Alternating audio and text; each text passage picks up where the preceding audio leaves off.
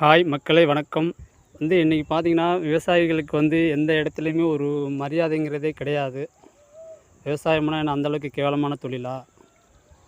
இந்த விவசாயிகளோட கஷ்டத்துக்கு பின்னாடி ஒரு சாதனையே இருக்குது. இன்றைக்கி விவசாய குடும்பத்துலேருந்து எத்தனையோ பேர் படிச்சுட்டு பெரிய பெரிய பதவியிலலாம் இருக்காங்க.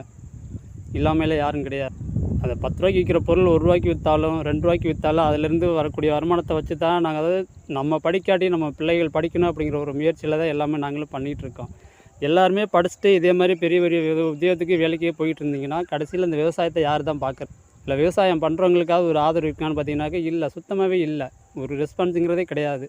ஒரு தக்காளியோ இல்லை ஒரு வெங்காயமோ 100 ரூபா 150 ரூபாய்க்கு விற்கும்போது மட்டும் எல்லாமே சோசியல் மீடியாவில் நியூஸுக்கு பேட்டி தர்றீங்க. விலைவாசி ஏறி போச்சு, நாங்கள் எப்படி பிழைக்கிறது, நாங்கள் சம்பாதிக்கிற காசு எல்லாமே காய்கறிக்கே போயிடும்னு சொல்லி. விலைவாசி ஏறுறப்போ மட்டும் நீங்கள் இவ்வளோ சவுண்டு விட்றீங்க. ஆனால் அந்த விலைவாசி குறைஞ்சி நாங்கள் ரோட்டுக்கரையிலையோ தெருவிலையோ கொண்டு போய் கொட்டும்போது